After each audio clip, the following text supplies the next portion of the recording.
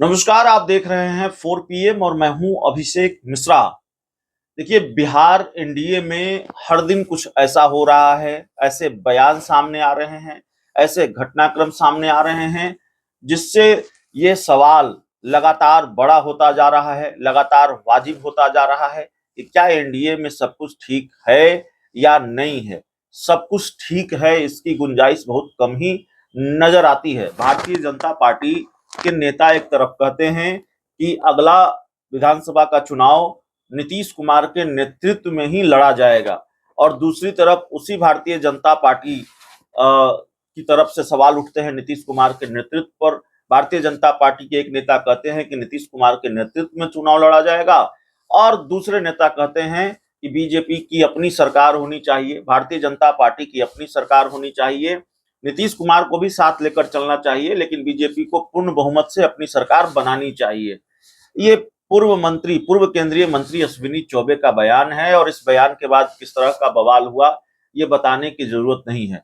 तो कहीं ना कहीं इस बात का मलाल, जो बात सामने आती है, जो बात साफ तौर पर नजर आती है, इस बात का मलाल बीजेपी को जरूर है। मजबूरी में भारतीय भारतीय जनता पार्टी ने नीतीश कुमार का साथ लिया, मजबूरी का गठबंधन है। नीतीश कुमार की पार्टी के जो विधायक हैं वो बीजेपी के विधायकों की संख्या के आधे हैं। यानी भारतीय जनता पार्टी के पास अगर 80 के आसपास विधायक हैं, तो जेडीयू के पास 45 विधायक हैं, और बावजूद नीतीश कुमार सरकार का चेहरा है, बावजूद नीतीश कुमार सीएम हैं। तो भारतीय जनता पार्टी बहुत कुछ खुलकर कह नहीं सकती, और खुलकर कह नहीं सकती, लेकिन भारतीय जनता पार्टी को इस बात का मलाल है कि कम सीटें होने के बावजूद नीतीश कुमार सीएम हैं, और ये मलाल कई बार सामने आ जाता है। सिर्फ अश्विनी चौबे की बात नहीं है। अब एक ताजा बयान है, बीजेपी के बड़े नेता हैं और बीजेपी कोटे से सरकार में मंत्री हैं प्रेम कुमार, उनका ताजा बयान है, और वो बयान भी इस बात की वानगी है कि भारतीय जनता पार्टी के अंदर क्या चल रहा है नीतीश कुमार को लेकर, या भाजपा को किस तरह का मलाल है कि यहाँ बीजेपी की सरकार नहीं है, यहाँ एनडीए की सरकार है। हालांकि लोकसभा चुनाव में हश्र तो ये हुआ बीजेपी का कि केंद्र की सरकार को लेकर भी बीजेपी नहीं कह सकती कि ये बीजेपी की सरकार है। अब केंद्र में भी एनडीए की सरकार है, और नीतीश कुमार और चंद्रबाबू नायडू उस कुर्सी के दो महत्वपूर्ण पाए हैं, जिस पर प्रधानमंत्री नरेंद्र मोदी बैठे हुए हैं। पीएम मोदी की कुर्सी इन दो पायों पर टिकी हुई है। तो केंद्र में भी अपने दम पर बहुमत नहीं है। तो खैर, हम बिहार की बात कर रहे थे, तो पूर्व मंत्री जो प्रेम कुमार, माफ कीजिएगा, मंत्री हैं प्रेम कुमार, बीजेपी के बड़े नेता हैं, बीजेपी कोटे से सरकार में मंत्री हैं।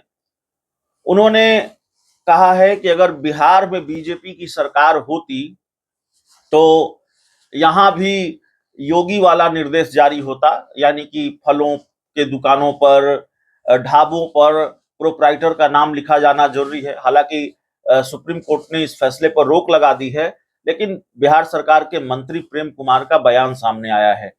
तो किस तरह का मलाल है बीजेपी के अंदर कि बिहार में बीजेपी की सरकार नहीं है, और बिहार में अगर बीजेपी की सरकार बन जाएगी तो क्या होगा, ये भी प्रेम कुमार के बयान से आप समझ सकते हैं कि अगर मजबूरी का गठबंधन नीतीश कुमार के साथ न हो, नीतीश कुमार के साथ रहना मजबूरी न हो, और भाजपा को अपने दम पर बहुमत मिल जाए, अपने दम पर बीजेपी सरकार बनाने की स्थिति में आए, तो बिहार में बीजेपी को नीतीश मॉडल पसंद नहीं है, बिहार में योगी मॉडल पसंद है, और बिहार बीजेपी योगी मॉडल के सहारे आगे बढ़ेगी।